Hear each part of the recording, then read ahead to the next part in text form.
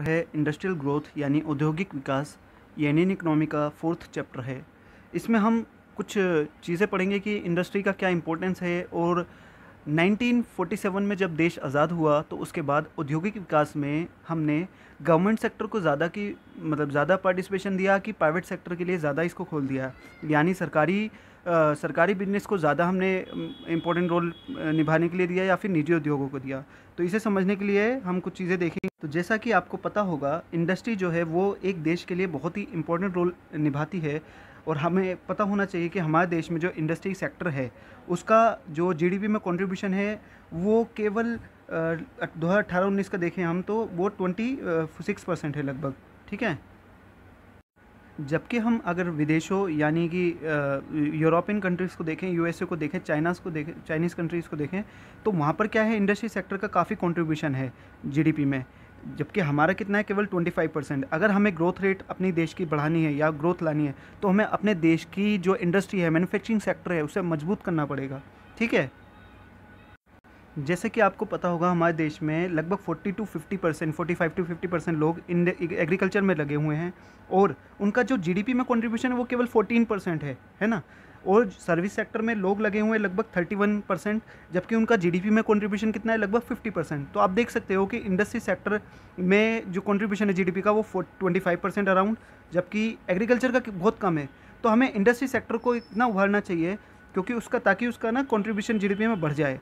Agriculture का तो contribution कम है। तो आज के इस चैप्टर में हम इम्पोर्टेंस ऑफ इंडस्ट्री और डायरेक्ट पार्टिसिपेशन ऑफ गवर्नमेंट की क्या ज़रूरत थी उस वक्त जब देश आज़ाद हुआ, और उसके बाद इंडस्ट्रियल पॉलिसी जो आई 1956 की वो क्या थी, उसमें जो गवर्नमेंट सेक्टर को यानी जो गवर्नमेंट एंटरप्राइजेस थे, सरकार जिन्हें चलाती है, उसमें ज़्यादा इम्पोर्टेंट रोल कैसे क्यों दिए गए, और स्मॉल स्केल इंडस्ट्री के बारे में क्या किया गया तब उस तक मतलब 1956 के टाइम पर, ठीक है। तो आगे देखते हैं। इसमें हम सबसे पहला हमारा पॉइंट आता है इसमें कि इम्पोर्टेंस ऑफ इंडस्ट्री, यानी क्या महत्व है हमारे देश में इंडस्ट्री का या किसी भी देश में। तो हमें पता होना चाहिए इंडस्ट्री जो होती है वो एपिसेंटर होती है किसी भी देश के इकोनॉमिक ग्रोथ का। अगर आपके देश में इंडस्ट्री नहीं होगी, मैन्युफैक्चरिंग सेक्टर नहीं होगा, तो आपके देश में गुड्स एंड सर्विसेज प्रोड्यूस कैसे होंगी, आपके देश में ट्रैक्टर प्रोड्यूस कैसे होगा, आपके देश में कार, मशीनें या फिर और भी जो चीज़ें होती हैं जो एग्रीकल्चर में लगेंगी या फिर सर्विस सेक्टर में लगेंगी वो कैसे प्रोड्यूस होंगी। तो आप समझ सकते हो कि इंडस्ट्री कितना इंपॉर्टेंट है। आपको पता है कि एक इंडस्ट्री सेक्टर जो होता है ना वो पूरे देश की ग्रोथ का इंजन के रूप में काम करता है। अगर देश में इंडस्ट्री यानी फैक्ट्रीज ज़्यादा होंगी, मैन्युफैक्चरिंग ज़्यादा होगी, तो उसके बाद जो है आपको एक चीज़ समझनी चाहिए। एग्रीकल्चर जो होता है ना, एग्रीकल्चर का गुड्स जो होता है, आप ऐसे समझो, जो एग्रीकल्चर होता है उसका जो होता है डिमांड लिमिटेड होती है, क्योंकि आप लिमिटेड ही खाओगे ना। ये तो है नहीं कि अगर ज़्यादा उगा लिया तो ज़्यादा खा जाओगे, नहीं ना। जबकि इंडस्ट्री का क्या होता है, जब देश में लोगों की इनकम बढ़ेगी तो वो ज़्यादा से ज़्यादा डिमांड करेंगे। आप नए से नए मोबाइल खरीदोगे, नए से नए लैपटॉप, कंप्यूटर और भी चीज़ें खरीदोगे, लेकिन एग्रीकल्चर की डिमांड लिमिटेड होती है। तो इसलिए जो इकोनॉमिक ग्रोथ का जो स्कोप होता है वो इंडस्ट्री में ज़्यादा होता है। इंडस्ट्री नई नई तरह की चीज़ें निकालती है और आपको वो प्रोवाइड करती है। इसके बाद सेकंड पॉइंट है रोज़गार का स्रोत, यानी एम्प्लॉयमेंट प्रोवाइड करना। तो आपको पता होना चाहिए कि जो इंडस्ट्री होती है उसके बलबूते आपको क्या मिलता है, रोज़गार मिलता है। जितने ज़्यादा हमारे देश में इंडस्ट्री होगी या फैक्ट्रीज होगी, उतने ज़्यादा लोगों को रोज़गार मिलेगा, उतने ज़्यादा लोगों को एम्प्लॉयमेंट मिलेगा, देश की इनकम बढ़ेगी। अगर मान लो देश में इंडस्ट्री हुई ना तो आपको बाहर से माल मंगाना पड़ेगा, और आपके देश में जो है इंडस्ट्री मैन्युफैक्चरिंग सेक्टर ना होने की वजह से अपने देश में कुछ उत्पादन ही नहीं हो पाएगा, जिसकी वजह से जो है मतलब अपने देश में सिर्फ एग्रीकल्चर रह जाएगा। और सर्विस सेक्टर होता ही क्यों है, वो इंडस्ट्रीज़ को हेल्प करने के लिए होता है, तो सर्विस सेक्टर का भी कोई रोल नहीं रहेगा, है ना। तीसरा इसमें पॉइंट है मैकेनाइज्ड फार्मिंग ऑफ एग्रीकल्चर। मतलब देखो, आपको जो टूल्स मिलते हैं, ट्रैक्टर मिलता है या फिर जो खाद मिलती है, केमिकल फर्टिलाइजर्स मिलते हैं या इंसेक्टिसाइड, पेस्टिसाइड मिलते हैं, वो बनाता कौन है, वो इंडस्ट्री बनाती है। तो अगर आपके पास देश में इंडस्ट्री नहीं होगी या फिर इंडस्ट्री नहीं होगी तो ये उसके लिए मैकेनाइज्ड टूल यानी खेतों के लिए यंत्रीगत उपकरण कौन देगा, ठीक है। तो आप समझ सकते हो कि कितना इंपॉर्टेंट है मैकेनाइज्ड टूल्स होना उसके लिए, ठीक है। अब आप सोचो कि अगर ट्रैक्टर ही नहीं होता तो आप खेती करने के लिए आपको कैसे करते, ठीक है। तो ये इसका मतलब है कि मैकेनाइज्ड मीन्स ऑफ फार्मिंग या फिर यंत्रीगत साधन जो होते हैं वो कौन देता है, वो इंडस्ट्री देती है, एग्रीकल्चर। नेक्स्ट पॉइंट है हमारा इसमें क्वालिटी ऑफ लाइफ। इंडस्ट्री अगर बढ़ती है तो वो आपको क्वालिटी ऑफ लाइफ देती है, क्योंकि वो आपको वेराइटीज़ ऑफ गुड्स देगी, है ना। आपको इतनी तरह तरह की वस्तुएं मिलेगी, आपको इतनी ज़्यादा सर्विस मिलेगी अच्छी। आप कोई भी सामान खरीदते हो, आपको कॉल सेंटर से फ़ोन आता है कि आपको ये वस्तु कैसी लगी, हमारा सामान कैसा लगा। तो ये कैसे पॉसिबल हो पाया? क्योंकि इंडस्ट्रीज़ जो है या सर्विस सेक्टर इतना ज़्यादा बढ़ गया है, वो प्रोडक्ट के बाद आपसे सर्विस वो भी लेता है, ठीक है। नेक्स्ट इसके में पॉइंट है आपका सिविलाइजेशन। जो सिविलाइजेशन इंप्रूव होती है वो भी इंडस्ट्री से होती है, क्योंकि आपको इलेक्ट्रिसिटी से लेकर जितने भी नए नए तरह की चीज़ें होती हैं, नई बिल्डिंग्स हो गया, आर्किटेक्चर हो गया, फ्लाईओवर बनाना हो गया, ये सब इंडस्ट्री की बदौलत ही होता है, ठीक है। नेक्स्ट पॉइंट है इसमें इंफ्रास्ट्रक्चर। तो आप देख सकते हो कि इंफ्रास्ट्रक्चर भी इंडस्ट्री की वजह से ही होता है। आपको स्टील मिल रहा है बना हुआ, जो आयरन मिल रहा है, या फिर कॉपर मिल रहा है, या जितनी भी चीज़ें हैं वो इंफ्रास्ट्रक्चर इम्प्रूव करने के लिए, फ्लाईओवर बनने हैं, या पुल बनना है, ट्रेन बननी है, प्लेन बनना है, ये सब इंफ्रास्ट्रक्चर, या फिर कम्युनिकेशन के लिए मोबाइल्स बन रहे हैं, ये सब मैन्युफैक्चरिंग में आता है, और यही हमारे देश के इंफ्रास्ट्रक्चर को बढ़ाता है। तो आप समझ गए होंगे कि कितना इंपॉर्टेंट है किसी देश की, या फिर इंडस्ट्री सेक्टर किसी भी देश के लिए या पूरी वर्ल्ड के लिए कितना ही इंपॉर्टेंट है, ठीक है। इसके बाद नेक्स्ट पॉइंट आता है हमारा कि वाई पब्लिक सेक्टर को पार्टिसिपेशन क्यों ज़रूरी है, ठीक है। अब मैं आपको बता दूं पहले ही कि हमारा देश जब आज़ाद हुआ तो उसके बाद 1956 में जो इंडस्ट्रियल पॉलिसी आई थी, उसमें गवर्नमेंट सेक्टर को ज़्यादा रोल निभाने के लिए दिया गया था। यानी बहुत सारे इंडस्ट्रीज़ को प्राइवेट सेक्टर के लिए नहीं खोला गया था, वो गवर्नमेंट सेक्टर ही उसे खोलती थी। तो उसके क्या रीज़न थे? तो उसका पहला रीज़न था, या वो क्यों ज़रूरी था, वाई इट वॉज़ नेसेसरी, ये क्वेश्चन है हमारा, ये एग्ज़ाम में भी पूछा जा सकता है। तो आपको पता होना चाहिए कि ये इसलिए किया था क्योंकि उस वक्त कैपिटल लोगों के पास कम थी। तो इतनी बड़ी इंडस्ट्रीज़ लगाना, स्टील से लेकर इतनी बड़ी बड़ी और भी बड़ी बड़ी इंडस्ट्रीज़ लगाना, कम्युनिकेशन से लेकर डिफेंस प्रोडक्शन से लेकर, या फिर ट्रांसपोर्टेशन से लेकर ट्रांसपोर्टेशन की फैसिलिटी देना, तो ये सब प्राइवेट इंडस्ट्रियलिस्ट जो थे उनके बस की बात नहीं थी। तो क्या करना ज़रूरी था? गवर्नमेंट सेक्टर को आना पड़ा। गवर्नमेंट सेक्टर ने अपनी इंडस्ट्रीज़ लगाई, जैसे कि आपने सुना होगा MTNL BSNL। तो पहले प्राइवेट जो टेलीकम्युनिकेशन ये कंपनीज़ नहीं थी, तो MTNL BSNL ने अपनी जो भी है इंफ्रास्ट्रक्चर लगाया, तारे बिछाई, और पूरी देश में जो है इसकी सर्विसेज प्रोवाइड करी। और भी जो है मैन्युफैक्चरिंग से लेकर काफ़ी आपने सुना होगा गेल का कंपनी का नाम सुना होगा, gas authority of India limited, और भी बाकी गवर्नमेंट एंटरप्राइजेज़ ने उसके बाद बहुत महत्वपूर्ण रोल निभाया। उसके बाद है नेक्स्ट देखते, उसके बाद दूसरा पॉइंट है लो इंडस्टमेंट टू इन्वेस्टमेंट। यानी पहले जो है ना, इन्वेस्टमेंट करने से लोग डरते थे, क्योंकि प्राइवेट इंडस्ट्रियलिस्ट को क्या था कि ये मतलब पूरा जो आश्वासन नहीं था कि क्या होगा क्या नहीं होगा, और उनको ऐसा प्रॉफिट का भी ऐसा लगता था कि प्रॉफिट कितना होगा, तो वो उनके पास प्रेरणा कम थी इन्वेस्टमेंट करने की। तो गवर्नमेंट को आगे आना पड़ा, और गवर्नमेंट का पार्टिसिपेशन इसलिए ज़रूरी हो गया क्योंकि प्राइवेट इंडस्ट्रीज के पास इतना भरोसा भी नहीं था, उनके अंदर इतना कॉन्फिडेंस भी नहीं था। तो इसलिए गवर्नमेंट को आना पड़ा, अपने खुद के एंटरप्राइजेस लगाने पड़े। तो आपको ध्यान रखना है कि जब भी ये क्वेश्चन आएगा कि प्राइवेट सेक्टर की जगह गवर्नमेंट सेक्टर को क्यों दी गई पार्टिसिपेशन ज़्यादा 1956 की पॉलिसी में, या फिर 1950 से लेकर 1990 तक ऐसा क्यों किया गया, तो आपको पता होना चाहिए। पहला, कैपिटल नहीं थी लोगों के पास, और लोगों को इन्वेस्टमेंट करने के लिए इन्वेस्टमेंट नहीं थी, प्रेरणा नहीं थी। और तीसरा पॉइंट है हमारे सामने, ग्रोथ विद सोशल जस्टिस। अब आपको पता होगा कि जब कोई भी प्राइवेट कंपनी आएगी तो वो लोगों का सोशल वेलफेयर नहीं देखती है, जबकि जो गवर्नमेंट एंटरप्राइजेज आती है उसका जो मोटिव होता है वो सोशल जस्टिस भी होता है। यानी प्रोडक्ट जो बनाना है वो ये नहीं कि प्राइजेस बहुत हाई चली जाएँ, नहीं। गवर्नमेंट एंटरप्राइजेज जब भी आएगी, जैसे MTNL BSNL हो गई, वो कभी भी अपने रेट इतने ज़्यादा नहीं रखेगी कि कंज्यूमर उसे खरीद ना सकें, या फिर कंज्यूमर का उत्पीड़न हो या शोषण हो, ऐसा नहीं। सोशल जस्टिस, वो एम्प्लॉयमेंट भी देगी अपने कर्मचारियों को, और साथ साथ जो प्रोडक्ट बेचेगी, प्रोडक्ट के प्राइजेस भी लिमिटेड रखेगी, और हर चीज़ वो मतलब एक तरह से सोशल जस्टिस यानी सोशल वेलफेयर का भी एक पॉइंट ऑफ व्यू उसके पास रहेगा। जबकि जो प्राइवेट इंडस्ट्रीज़ होती हैं, प्राइवेट कंपनीज़ होती हैं, निजी उद्योग होते हैं, उनका ये मोटिव नहीं रहता, उनका एक ही मोटिव रहता है प्रॉफिट कमाना। तो ये माना गया 1956 की पॉलिसी में कि भाई हमें ऐसा गवर्नमेंट सेक्टर को ये काफ़ी इंडस्ट्रीज सौंप देनी चाहिए ताकि उसमें वो सोशल जस्टिस का ध्यान रख सके। सामाजिक न्याय ज़रूर होना चाहिए। सामाजिक न्याय तभी होगा जब हम उत्पादन का ज़्यादा भी करेंगे और कीमत भी कम रखेंगे, और पुअर से पुअर जो सेक्शन है सोसाइटी का, जो वर्ग है, उसके पास भी वो वस्तु पहुंच पाएगी और नेसेसरी यानी आवश्यक वस्तुओं का उत्पादन कर पाएंगे। अदरवाइज़ जब प्राइवेट इंडस्ट्रियलिस्ट होते हैं वो सिर्फ प्रॉफिट के मोटिव से काम करते हैं, उनका ये मोटिव नहीं होता कि मतलब ये चीज़ें लोगों के पास पहुंच पा रही है नहीं पहुंच पा रही, या अमीर है गरीब ले पा रहे हैं, गरीब नहीं ले पा रहे। समझ गए होंगे आप। इसके बाद जो नेक्स्ट पॉइंट है वो आपको ध्यान रखना है कि इसमें एक नोट है, बहुत इंपॉर्टेंट है, कि गवर्नमेंट ने क्या करा, जो कमांडिंग हाइट्स हैं इकोनॉमी की, यानी जो प्रभावशाली शिखर हैं, उनको अपने पास रखा। और उसमें क्या आते हैं, ट्रांसपोर्ट आता है, कम्युनिकेशन आता है, डिफेंस प्रोडक्शन आता है। ठीक है, अब देखो आपको पता होना चाहिए कि जो डिफेंस प्रोडक्शन होता है ना, वो एक बहुत ही इंपॉर्टेंट स्ट्रेटजिक चीज़ है किसी भी देश के लिए। तो हम ऐसा नहीं कर सकते कि डिफेंस प्रोडक्शन किसी के भी हाथ में दे दें, या फिर जो ट्रांसपोर्टेशन होती है, हमें पता है कि ट्रांसपोर्ट जो होता है वो इंपॉर्टेंट सेक्टर है, या कम्युनिकेशन हो गया। तो पहले गवर्नमेंट ने क्या करा, ये सब अपने पास रखा, डिफेंस प्रोडक्शन हो गया, या फिर टेली कम्युनिकेशन हो गया, या फिर ट्रांसपोर्ट हो गया। इसी तरह के काफ़ी सेक्टर गवर्नमेंट ने अपने पास रखे जो स्ट्रेटजिक पॉइंट के थे। अब आगे पढ़ते हैं, इसमें हमारी जो इंडस्ट्रियल पॉलिसी थी 1956 की। ठीक है, 1948 में भी आई थी, लेकिन आपके सिलेबस में केवल 1956 की इंडस्ट्रियल पॉलिसी है। उसके कुछ विशेषताएं हैं, यानी क्या फीचर्स थे, और उसके बाद हम पढ़ेंगे उसके कुछ क्या फीचर्स थे, क्या उसके गुड इम्पैक्ट थे, क्या उसके अच्छे प्रभाव हुए हमारे देश पर, और क्या उसके बुरे प्रभाव हुए, यह दोनों भी हमें देखने हैं।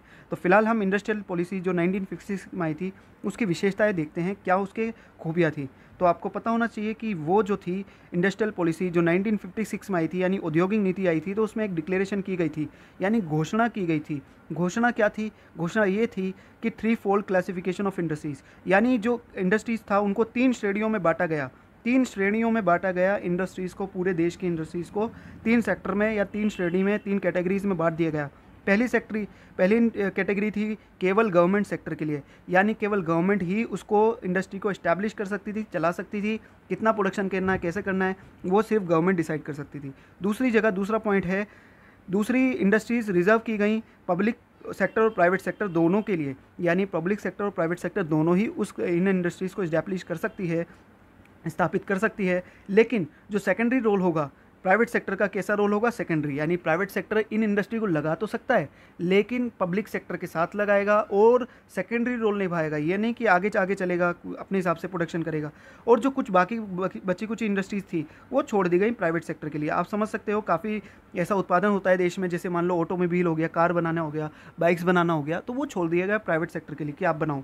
ठीक है, तो आप समझ सकते हो कि जो इंडस्ट्रियल पॉलिसी थी 1956 की, उसमें 3 कैटेगरी में डिवाइड किया गया इंडस्ट्रीज़ को। और पहली कैटेगरी रिजर्व की गई गवर्नमेंट सेक्टर के लिए, और दूसरी कैटेगरी में पब्लिक और प्राइवेट सेक्टर, यानी निजी और सार्वजनिक दोनों उद्योगों को दिया गया। और प्राइवेट सेक्टर जो था उसको सेकेंडरी रोल, यानी द्वितीय भूमिका, यानी गौण भूमिका निभानी थी। तीसरी कैटेगरी थी वो प्राइवेट सेक्टर के लिए। आगे हम देखते हैं कि दूसरी विशेषता क्या थी प्राइवेट इंडस्ट्रियल सेक्टर की। दूसरी विशेषता थी इंडस्ट्रियल लाइसेंसिंग, यानी जो इंडस्ट्रियल जिसको भी इंडस्ट्री लगानी थी उसको लाइसेंस लेना पड़ता था। ऐसा नहीं कि आपको मन किया आज आपने कोई भी कंपनी फैक्ट्री लगा दी, नहीं, क्योंकि हमारा देश तभी आज़ाद हुआ था और हम कोई रिस्क नहीं लेना चाहते थे।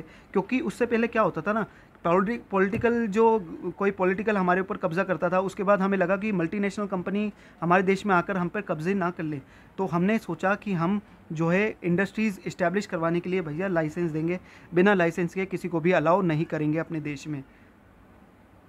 देखो, जो इंडस्ट्रियल लाइसेंसिंग की पॉलिसी थी उसका एक और मोटिव था कि गवर्नमेंट चाहती थी कि जो इंडस्ट्रियलिस्ट हैं वो पिछड़े एरियाज़ में जाकर इंडस्ट्रीज़ लगाएं, जैसे झारखंड हो गया, बिहार हो गया, या फिर और भी जो पिछड़े एरियाज़ हैं और या पिछड़े सेक्टर हैं जहाँ पर कोई काम नहीं हो रहा। इलेक्ट्रॉनिक्स उस वक्त काफ़ी बढ़ा था, मतलब बढ़ गया था। और फार्मास्यूटिकल इंडस्ट्रीज़ हो गई, या फिर और जो इंडस्ट्रीज़ हैं, गवर्नमेंट चाहती थी कि उसमें लोग पैसा लगाएं जाकर।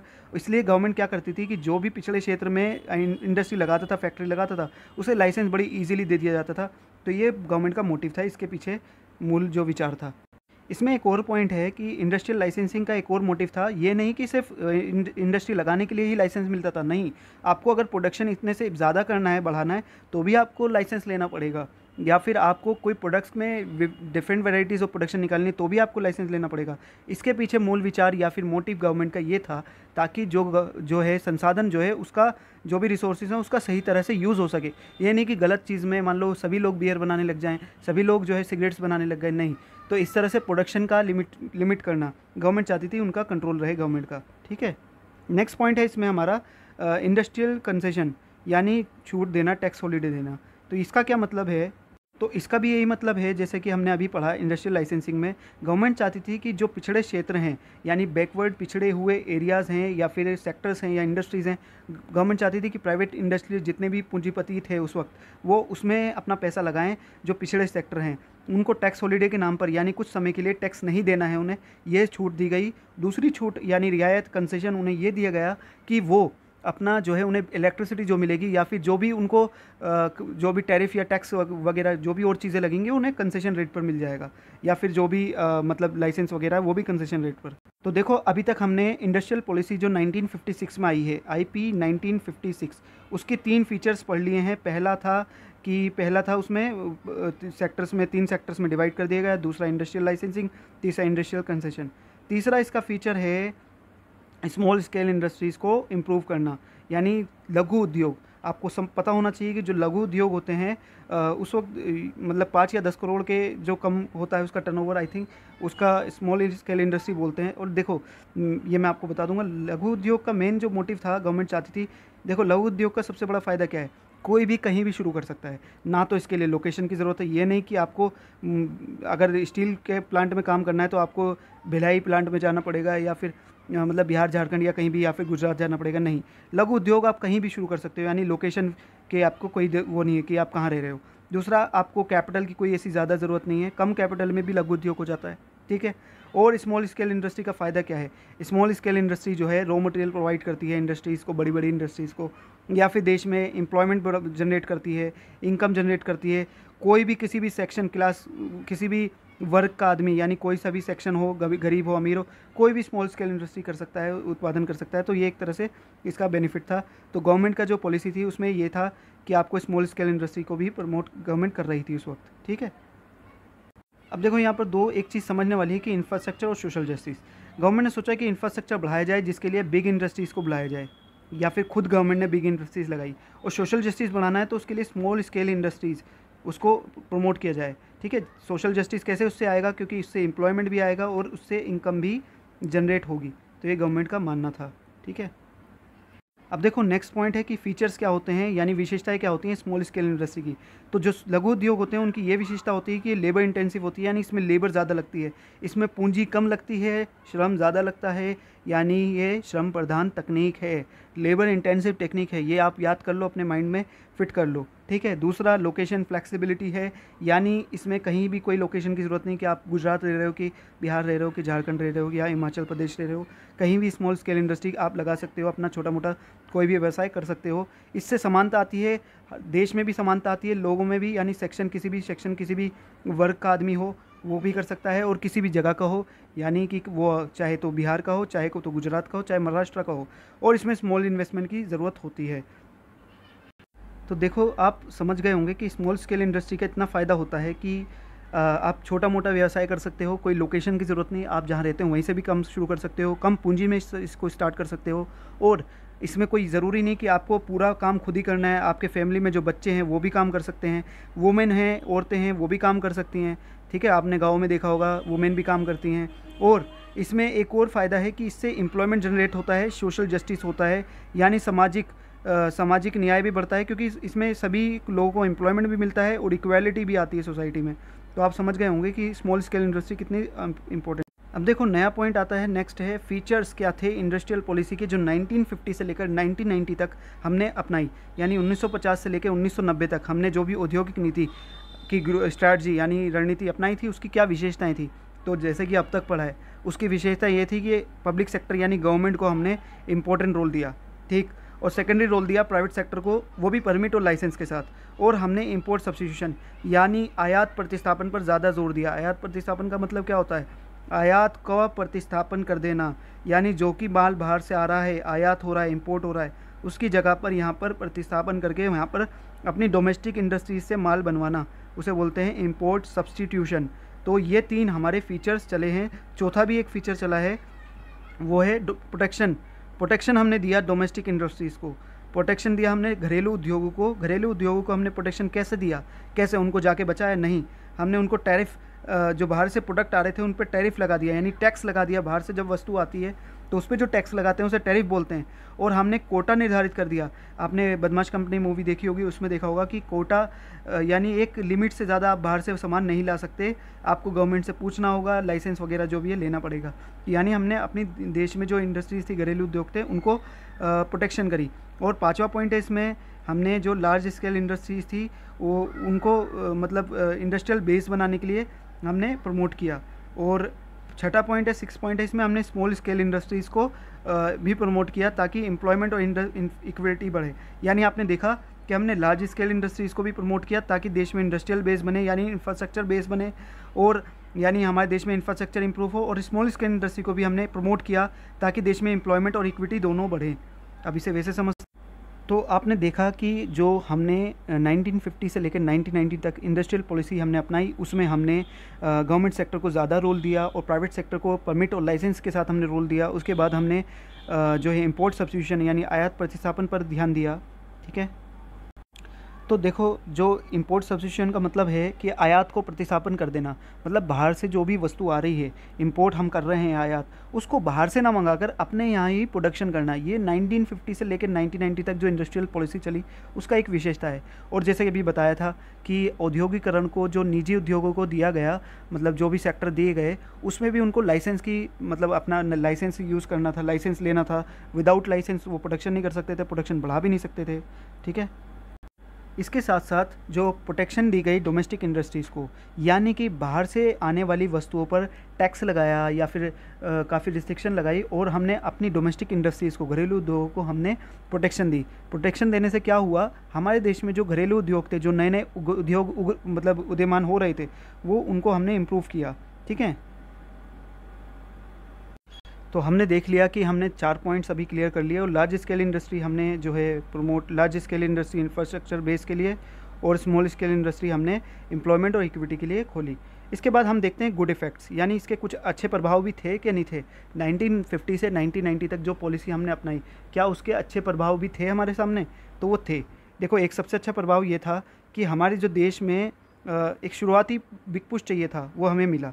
यानी हमारे देश में जब गवर्नमेंट सेक्टर ने पैसा लगाया, बड़े बड़े निजी उद्योगपतियों ने पैसा लगाया, कैपिटल पूंजी लगाई, बड़ी बड़ी स्टील प्लांट्स लगाए, ठीक है, तो हमारे देश में, हमारे देश को बिग पुश मिला, एक बड़ा धक्का मिला, जिससे हमारे देश की जो इंडस्ट्रीज़ ग्रोथ थी वो 6% चली 1950 से लेकर 1990 तक।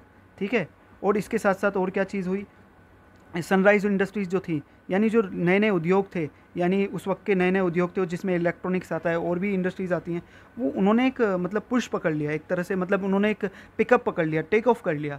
अगर मान लो हम तभी बाहर की इंडस्ट्रीज़ को अलाउ कर देते, तो ये जो छोटे छोटे उद्योग थे या फिर जो इलेक्ट्रॉनिक्स वगैरह, ये कंपटीशन नहीं कर पाते, ये बिल्कुल डाउन हो जाते। समझ रहे हो आप? यूरोपियन कंट्रीज़ जो बाहर से माल भेजती, या फिर चाइनीज़ प्रोडक्ट्स, जापान के प्रोडक्ट्स, साउथ कोरिया के, हमारे प्रोडक्ट्स उनके सामने कंपटीशन नहीं कर पाते। तो जैसे कि आपको पता होगा 1991 के बाद जब हमने ग्लोबलाइजेशन को अपना लिया और बाहर से जब प्रोडक्ट्स आए, तो हमारे देश के जो कंपनीज़ थी या फैक्ट्रीज़ थी, उन्हें काफ़ी कंपटीशन का सामना करना पड़ा, और जिससे काफ़ी इंडस्ट्रीज़ या फैक्ट्रीज़ भी बंद हुई। ठीक है, उसके बाद जो है तीसरा पॉइंट है, राउरकेला भिलाई स्टील प्लांट ये भी लगे, ये भी एक इसका गुड प्रभाव था, गुड इम्पैक्ट था। ठीक है, और आप चौथा पॉइंट इसमें है, तो ये development of small scale industry, यानी लघु उद्योगों का भी काफ़ी विकास हुआ इस पॉलिसी की वजह से। अदरवाइज लघु उद्योग तो पीछे ही रह जाते। ठीक है, और मैं आपको बता दूं, यहाँ पर राउरकेला जो है उड़ीसा में लगाया गया था इसका स्टील प्लांट 1955 में, और इसमें देखो आप, भिलाई स्टील प्लांट लगाया गया था 1955 में छत्तीसगढ़ में। ठीक है, तो ये स्टील, इसका जो है पेरेंट ऑर्गेनाइजेशन कौन सी है इसकी, steel authority of India limited, यानी सेल। ठीक है, अब देखो, अभी तक हमने बात कर ली अच्छी बातों की, यानी बहुत अच्छा हुआ, सब कुछ ठीक है, लेकिन ऐसा नहीं कि बहुत अच्छी पॉलिसीज़ थी, सब कुछ ही अच्छा हुआ, नहीं, कुछ इसके बुरे प्रभाव भी थे, बैड इम्पैक्ट भी थे, जो आपसे पूछे जा सकते हैं। तो पहला इसका बैड इम्पैक्ट ये था कि डेड वेट लॉस, है ना, यानी डेड वेट या फिर सोशल डेड वेट, मतलब एक तरह से सामाजिक भार बढ़ गया हमारे देश पर। क्यों बढ़ गया भाई? क्योंकि उस वक्त क्या हुआ, हमारे देश में जो कंपनीज़ थी, या फिर सरकारी कंपनी थी या फिर जो भी प्राइवेट थी, क्योंकि उन्हें कंपटीशन तो मिल नहीं रहा था। सरकारी कंपनी थी, उसमें क्या हुआ, करप्शन हुआ, उसमें इनएफिशिएंसी थी, उसमें काम बहुत देरी से हो रहा था, स्लो हो रहा था, प्रोडक्शन ज़्यादा हो नहीं रहा था, वैरायटी ज़्यादा आ नहीं रही थी, प्रोडक्टिविटी ज़्यादा थी नहीं, और जो मतलब क्वालिटी थी वो भी अच्छी नहीं थी। तो आप समझ सकते हो एक तरह से हमारे देश पर एक डेड वेट यानी एक सामाजिक पर भार बढ़ गया।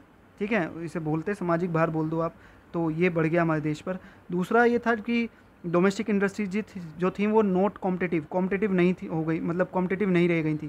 क्योंकि जब आप किसी को इतनी प्रोटेक्शन दोगे, ज़रूरत से ज़्यादा प्रोटेक्शन दे दोगे कि भाई आपको कोई कंपटीशन की ज़रूरत नहीं है, आप बेचो सामान, तो क्या होगा, कंपनी क्या होंगी, अपना इनोवेशन नहीं करेंगी, अपने रिसर्च एंड डेवलपमेंट पे काम नहीं करेंगी, वैराइटीज़ नहीं निकालेंगी। तो आपको पता होगा 1991 से पहले आपको जो मोबाइल्स ज़्यादा वैरायटी, मतलब मोबाइल तो थे ही नहीं, लेकिन आपको प्रोडक्ट्स इतने वैरायटी के नहीं मिलते थे। जब आपके अपने देश में ग्लोबलाइजेशन हुआ, जब बाहर की कंपनी आने चालू हुई, तब आपको इतनी सारी वैरायटीज़, अपने इतने सारे मोबाइल, इतने सारे प्रोडक्ट्स, गैजेट्स, और आज जो आप देख रहे हो ये सब ग्लोबलाइजेशन का नतीजा है। मैं ये नहीं कह रहा कि ग्लोबलाइजेशन बहुत अच्छा है, लेकिन आप ये देख सकते हो कि आपको कितनी वैराइटीज़ या कितनी सर्विसेज इंप्रूव हुई। उससे पहले आपको ये कोई माल बेचकर ये भी नहीं पूछता था कि आपको कैसा लग रहा है, लेकिन आज की डेट में आप किसी से सामान खरीद के लाओगे तो वो आपको पूछेगा भी, कि आपकी फीडबैक भी लिया जाएगा, आपसे फीडबैक फॉर्म भी भरा जाएगा।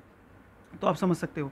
तीसरा ये इसका इंपोर्ट सब्स्टिट्यूशन, बैड इम्पैक्ट क्या था, तीसरा मतलब बेकार प्रभाव क्या था कि हमने इंपोर्ट सब्स्टिट्यूशन पर काम किया। यानी बाहर से जो माल आ रहा है उस पर टैरिफ लगा दो और अपने देश में जो डोमेस्टिक इंडस्ट्रीज़ है उसे प्रोटेक्ट करो। जबकि हमें शायद अगर हम ये करते या करना चाहिए था कि हमें निर्यात को प्रोत्साहन देना चाहिए था, एक्सपोर्ट जो हम माल बेचते हैं दूसरी कंट्रीज़ को उसे बढ़ा देना चाहिए था। देखो हम इंपोर्ट सब्स्टिट्यूशन कर रहे हैं, किस लिए कर रहे हैं, ताकि हम अपने देश में फ़ॉरेन करेंसी का रिज़र्व जो है, जो हमारे देश का फ़ॉरेन करेंसी का रिज़र्व हमारे पास बचा होता है, वो हमारे पास ज़्यादा रहे, ताकि हम ज़रूरत के समय उसे यूज़ कर सकें। लेकिन क्या करना चाहिए, हमें चाइना वाली पॉलिसी अपनानी चाहिए थी, जापान वाली। आपको पता होगा कि हमारे देश में केवल $500 बिलियन आज की डेट में फॉरेन रिजर्व है, जबकि चाइना का आपको पता है लगभग $3 ट्रिलियन। अगर मैं मतलब शायद मुझे डेटा करेक्टली याद नहीं है, लेकिन लगभग $3 ट्रिलियन फॉरेन रिजर्व है चाइना के पास। और मेरे ख्याल में उसके बाद जापान वगैरह कोई आता है जिसके पास $1 ट्रिलियन है। तो आप सोच सकते हो कि ये कंट्रीज़ कहाँ पर हैं, सिर्फ किस लिए, क्योंकि उनका एक्सपोर्ट उनके साथ था, उन्होंने अपने देश का प्रोडक्शन बढ़ाया, एक्सपोर्ट बढ़ाया। तो आप देख सकते हो कि ये जो आज सारा खेल चल रहा है वो इंडस्ट्रीज़ का चल रहा है, मैन्युफैक्चरिंग का चल रहा है। तो इसके बाद जो इसमें क्वेश्चंस आ सकते हैं, जैसे वो उसकी वीडियो में नेक्स्ट पार्ट में बनाऊंगा। ठीक है, लाइक करो, शेयर।